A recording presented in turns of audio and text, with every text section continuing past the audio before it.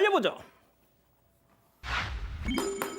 한밤의 침입자입니다. 제보 영상 만나보시죠. 자, 불 꺼진 가게 앞에 나타난 검은 그림자. 요리조리 좌우를 살피고는 그리고는 투둥 모습을 드러냅니다. 자, 그리고는요, 긴 막대기가 불쑥 나오죠. 1초 만에 문을 따고 입장. 자, 들어가서 뭘 할까요? 자, 익숙한 듯 금고 앞으로 오더니 안을 열고 보자. 에이, 이거 1,000원짜리 아냐? 에이씨. 자, 바로 금고 아래 칸을 딱 열어봤더니 신봤다. 10,000원짜리 여러 장을 저렇게 챙기고요. 흔적 남길까 두려워 금고 안을 저렇게 샅샅이 정리를 하더니 그러고 나선 이만 총총 퇴장입니다. 자, 이 모든 상황이 단 1분 만에 말이죠, 교수님. 네, 바로 어제 한 치킨집에서 발생한 일입니다. 지금 이 치킨집은 새벽 2시까지 문을 여는데 저 일은 한 새벽 3시 좀 넘어서 일어난 일이에요. 그런데 이 사장님이신 제보자의 말로는 이 윗칸에는 1,000원짜리랑 동전이 있고 아래칸에 이제 10,000원짜리, 50,000원짜리가 있는데 50,000원짜리는 2장밖에 없었는데 그거는 손을 안 댔다는 거예요. 그리고 이렇게 수북히 쌓여있던 10,000원짜리에서 한 10장 정도를 가져갔다라고 얘기하시면서 이거를 보면 분명히 좀 이 상황을 아는 사람 같이 모든 것을 다 정확히 알고 있기 때문에 아는 사람 같다라고 그렇게 말씀하셨습니다. 자, 오 교수님. 예, 실제로 이제 이 사장님 역시 상습범으로 추정이 된다 이렇게 얘기를 하고 있는데요. 사실 왜 그러냐면 올해 1월부터 이제 해당 치킨집을 전 주인으로부터 인수를 받아서 시작을 했다라고 합니다. 한 5개월 정도 된 것 같은데, 그래 전에 이제 사장님이 물려주신 도어락, 금고까지 모두 그대로 사용을 한다라고 하니까 아무래도 이게 좀 이 사람이 이런 도둑질을 하게 된 것이 좀 오래된 것 같은 느낌이 듭니다. 현재 이 사장님은 경찰에 신고를 한 그런 상태인데, 무엇보다도 이제 걱정이 되는 것이 돈도 돈이지만 여기에 음식 재료들이 있는데 뭔가 나쁜 것을 썩지 않았는가 이렇게 이제 걱정을 하고 있다라고 하는데, 빨리 도어락 이걸 갖다가 바꿔야 될 것 같습니다. 그렇군요. 알겠습니다. 자, 다음 이어가죠. 자, CCTV 돌려보고 경악입니다. 정말 충격적인 제보 영상입니다. 만나보시죠. 자, 머리부터 발끝까지 올 블랙 남성 계단을 올라오다가 CCTV와 아이 컨택을 합니다. 자, 그러자 갑자기 가방을 저렇게 주섬주섬 검정색 손장갑을 끼고는요. 한 손에 또 무언가를 쥐고 자세를 잡는데, 자, 준비가 된 듯 성큼성큼 미용실로 올라갑니다. 그런데 맙소사 저 남성 손에 흉기가 들려 있습니다. 등 뒤에 흉기를 숨긴 채 지금 사장님하고 대화를 나누죠. 자, 그야말로 정말 일촉즉발의 상황. 자, 잠시 후 그런데 다행히 저 남성 뭔가 사장님하고 대화를 좀 나누다가 가게를 나갑니다. 하지만 이게 끝이 아닙니다. 저 남성 가지 않아요. 다시 돌아옵니다. 자, 그러고는 계단에 우두커니 서 있는데 이를 모르는 직원분, 미용실 직원분 불을 끄고 가게를 정리하고 지금 밖으로 나갑니다. 자, 조금씩 거리가 가까워졌는데 순간 맞다. 자, 재빠르게 도망칩니다. 자, 사장님께서 이 제보를 하시면서 이런 표현을 하셨어요. 제2의 부산 돌려차기 사건이 될 뻔했단 말이죠. 네, 지난 17일 저녁 8시 30분쯤에 벌어진 일입니다. 제보자는 당시 마감 준비를 하고 있었는데 한 남성이 들어와서는 다른 사람이 머리할 건데 내일 영업하냐, 몇 시까지 영업하냐 이런 질문을 하고는 나갔습니다. 그런데 잠시 후 가게에 불을 끄고 나가는데 계단에서 보신 것처럼 남자와 맞닥뜨린 겁니다. 이후 집에 가서 남편에게 이야기했더니 남편이 CCTV를 한번 보자고 해서 함께 봤다가 깜짝 놀란 겁니다. 이 남성이 제보자와 대화를 하는 내내 등 뒤에 흉기를 쥐고 있었던 건데요. 이 제보자는 CCTV를 보기 전까지는 이 사실을 까맣게 모르고 있었습니다. 제보자는 순간 어린 두 딸의 얼굴이 떠오르면서 너무나 공포스러웠고 바로 경찰에 신고를 했습니다. 자, 오 교수님, 정말 이 제보자는 간발의 차이로 강력범죄 피해자를 면하셨습니다. 저희가 이자는 정말 시한폭탄이에요. 이 시간에도 지금 어디 가서 제2의 이 범행을 준비할지 모르겠는데, 저희가 그래서 정말 이 인간의 얼굴을 공개할까 말까 하다가 일단은 스톱을 했습니다만. 네, 지금 이제 보게 되면 그 남성 같은 경우는 미용실 계단으로 올라오면서 바로 CCTV를 쳐다봤고요. 이제 본인이 그걸 의식을 하고 있는 것이죠. 그리고 가방에서 검정색 손 장갑을 꺼내가지고 손 뒤에 흉기를 갖다 숨기고 미용실로 들어간 것까지는 확실히 우리가 인식을 할 수 있습니다. 근데 당시에 미용실에는 이 제보자 혼자 있었던 것으로 추정이 되는데 얼마 있다가 또 돌아와 가지고 계단에 고개를 푹 숙인 뒤에 서 있다가 제보자가 나오는 그 소리를 듣고 한 걸음씩 계단 위로 올라가다가 막상 맞닥뜨리자 불이 나게 도망치는 모습입니다. 그런데 사실은 사건 당일날 남성 같은 경우는 그 검거가 됐다라고 얘기를 하고 있고요. 그렇지만 아직 그 조사 중에 있기 때문에 이 사람이 어떤 그 이유로 여기 왔는지를 갖다 잘 모르는데 강도를 하기 위해서 들렀다가 결행을 하지 못하고 내면에 여러 가지 어떤 그 두려움 그런 것을 갖고 있었던 것이 아닌가라고 생각이 되는데 글쎄요. 예, 그렇군요. 알겠습니다. 자, 다음 이어가죠. 아이스크림 먹다가 잉입니다. 자, 아이스크림에서 뭔가가 나왔어요. 제보 영상 만나보시죠. 자, 달달한 아이스크림 안에 콕 뭔가가 박혀 있습니다. 혹시 초코 시럽일까요?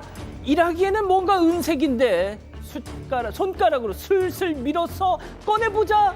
울퉁불퉁 단단한 이거 바로 너트였습니다. 너트. 박 변호사님, 아이스크림 콘 안에 너트 저게 이거 씹었더라면, 삼켰더라면 큰일 나죠. 정말 큰일 날 수 있는데 유명 국내 기업의 아이스크림, 그 컵 형태 아이스크림 구매를 했는데 이 제보자 딸이 이거 아이스크림 한 숟갈 뜨는 과정에서 지금 철제 돔 형태의 너트가 발견이 된 겁니다. 얼핏 보면 초콜릿 같이 보일 수도 있는 거거든요. 그렇지만 딸이 이걸 발견하고 안 먹어서 다행인 상황인데 나중에 얘기를 했어요. 문제 있는 거 아니냐 하니까 외주했다라고 하고 공정 과정에서 문제가 있었다. 뭐 이런 얘기를 합니다. 그렇지만 저는 얼핏 봤을 때 초콜릿으로 착각될 수 있기 때문에 예. 정말 공정 과정 문제인지 그것도 좀 의문스럽기도 하고요. 어쨌든 간에 제보자 이런 일이 발생하면 안 되고 국내 유명 대기업 아이스크림입니다. 그렇기 때문에 식약처에 이물질 보냈고요. 조사해야 된다라고. 왜냐하면 좀 더 어린 아이가 먹었다면 아유, 큰일 날 수 있습니다. 그러니까요. 넘깁니다 이거. 맞습니다. 알겠습니다. 자, 다음 또 이어가죠. 별별 게시글입니다. 먼저 제보 사진부터 만나보시죠. 아파트 관리사무소에 붙은 게시물인데요. 어머, 주민분들께 알립니다. 이렇게 작은 반려견들은 참 좋거든요. 그런데 대형견 너무 무섭다. 그죠? 냄새 완전 싫어. 진짜 특히 애들도 무서워하고 아우 냄새 너무 싫어. 자, 저는 대형견 포비아 있을 수 있다고 봅니다만 저 게시물에 말이죠. 잘 보시면 박 교수님 관리사무소 직인이 찍혀 있어요. 그게 저는 더 눈길이 가더라고요. 네, 관리사무소에서 공식적인 게시물을 저렇게 하시면 안 되죠. 왜냐하면 어떤 주민은 소형견을 기르겠지만 어떤 주민은 대형견을 기르고 또 대형견을 기르는 집에서는 정말 자식같이 사랑하고 있을 수도 있거든요. 저도 개인적으로 대형견이 더 좋고 대형견이 훨씬 더 순한 애들이 많게 느껴지거든요. 그런데 소형견들은 저렇게 귀여우니까 괜찮고 대형견은 냄새도 나고 아이들이 무서워한다라는 얘기잖아요. 좀 이해가 되지 않아요. 물론 이제 뭐 누군가가 왜 그렇게 쓰셨냐라고 물어보니까 어떤 아이가 무서워했고 그래서 이제 입마개도 하지 않고 아이를 그 개를 데리고 다니는 그 입주민한테 약간 좀 경고를 하려고 썼다라고 붙이셨는데 그렇더라면 그 입주민한테 그 입주민의 개만 잘 보살피라고 얘기했었어야 되는 게 아닌가. 무슨 착한 개형견들은 무슨 죄가 있나라는 생각이 좀 들었습니다. 그렇군요. 자, 이번에는요. 커뮤니티에 올라온 사진 만나보시죠. 자, 동네에 붙은 게시글입니다. 자신이 무당이라는 소개와 함께 여기에 담배 꽁초 버리는 인간들, 옥황상제, 선왕대모, 청동대신 1월 성신께 다 빌어서 여기 땅에다 살을 넣었으니 여기서 담배 피다가는 삼자가 멸할지어다. 이 종이 떼어가는 놈도 멸할지어다. 숭구리당당 숭당당. 자, 박 변호사님. 네. 담배가게 말이죠. 폐암 사진 인쇄해봤자 소용없습니다. 이거 하나 붙이면 더 효과적일 것 같아요. 이게 사실은 이 막 금연 아니면 흡연 이런 걸 보면서 아마 경고문이라고 해서 누가 이제 찍었던 내용인데 본인이 이제 무당이라고 하면서 3년 지켜보니까 안 된다. 죽을 사자 살이죠. 살을 넣었다. 뭐 이렇게 얘기를 하는데 제가 조심스럽게 좀 얘기를 할게요. 무속인들은 자신의 이익을 위해서 살을 넣거나 하진 않습니다. 아, 효과 없을 거예요. 아 진짜. 3대. 그럼 제가 얘기했고 당신 3대 이런 얘기는 사실 하는 건 조금 저는 아닌 것 같아요. 차라리 흡연하지 말라. 이 정도는 맞죠. 맞는데 그래서 뭐 이렇게 올리긴 했는데 효과 제로다. 그런데 상관없어요. 아 그렇군요. 알겠습니다. 자 마지막 사연으로 가보죠.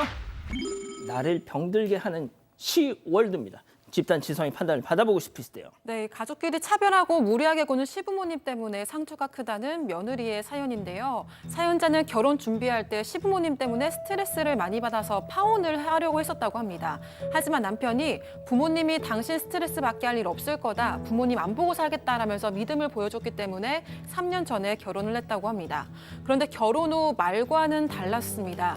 시부모님 때문에 스트레스 받을 일이 많았다고 하는데요. 이 사연자가 10살 어린 남편의 친척 동생에게 도련님이라고 안 했다고 시어머니가 등을 때린 적이 있었다고 합니다. 또 아주버니 내외를 대신해서 시부모님 생신, 어버이날, 제사 등등 집안 행사를 빠짐없이 잘 챙겼지만 시모는 둘째 며느리는 하는 것도 챙길 것도 없으니 얼마나 편하니라고 했다고 합니다. 그리고 아주버님의 아내, 그러니까 형님과 사연자의 신체 사이즈를 비교하기도 했는데요. 그때마다 남편에게 토로했지만 남편은 하나하나 따져야겠냐, 네가 예민한 거 아니냐면서 결혼 전과는 다르게 태도가 아예 확 바뀌어 버렸다고 합니다. 그래서 털어놓을 것도 없고 스트레스가 극심해진 사연자는 피부도 뒤집어지고 몸무게도 줄었고요. 심지어 불면증 진단을 받아서 약을 먹을 정도라고 합니다. 하지만 역시나 남편은 이런 일로 병원에 가는 네가 이상하다면서 급기야 계속 이럴 거면 앞으로 서로 가족이 없는 것처럼 취급하자, 이런 얘기까지 한다고 합니다. 무례한 시부모님 때문에 힘들어도 위로하기는커녕 예민하다고 화내는 남편을 계속 같이 사는 게 맞는 걸까요? 라고 하셨습니다. 자 그렇군요. 지금 기다리고 기다리셨던 부처연접 타임 6천여 분의 가족 여러분들 함께하고 계신데요. 채팅창에 OX로 함께 참여해 보시죠. 먼저 남편입니다. 야 상희야, 너 진짜 너무한다. 너 피부병 도진 게 우리 엄마 때문이야. 너 연애 때부터 조금만 스트레스 받으면 벌겋게 달아올랐던 건 내가 몰라. 야 결혼 생활 스트레스 받을 수 있어. 인정. 근데 세상에 하나부터 열까지 다 시가 핑계만 되냐? 나도 오기가 생겨. 이혼? 야 내가 그럼 미안해 그럴 줄 알았지. 해 이혼 동그라미. 아 그렇군요. 다음 사연자 아내입니다. 야 박지훈, 너 진짜 사람도 아니야. 너 날 속였다고. 파혼하려고 했을 때 네가 뭐라고 했어? 여차하면 시부모님 안 보고 살겠다고 그렇게 나 설득했잖아. 근데 이제 와서 뭐 내가 예민해서 그래? 원래 피부 올라오지 않았냐고? 머리부터 발끝까지 나 지금 벌겋게 올라온 마누라 보고 그딴 소리가 나오냐 너? 이혼의 X. 자, 일단 오 교수님부터 달려보겠습니다. 일단 그 어머니의 그 아들이다. 이 아들 같은 경우는 일단 그 가두리 양식장 개념으로 연애할 때는 부모님 안 보고 살겠다. 그런 말이 어디 있습니까? 안 보고 사는 게 중요한 것이 아니라 가운데서 중재자 역할을 해야죠. 그래서 뭔가 잘못됐을 때는 뭔가 이렇게 가운데서 역할을 해야 되는데 그 역할을 전혀 못하고 있다. 저는 깜짝 놀란 것이 예. 제가 질문 하나 드릴게요. 아주버니 내외를 왜 대신하죠? 네? 아주버니 내외를 대신해서 생신, 어버이날, 제사를 빠짐없이 챙긴다라고 하는데 왜 아주버니 어디 가셨어요?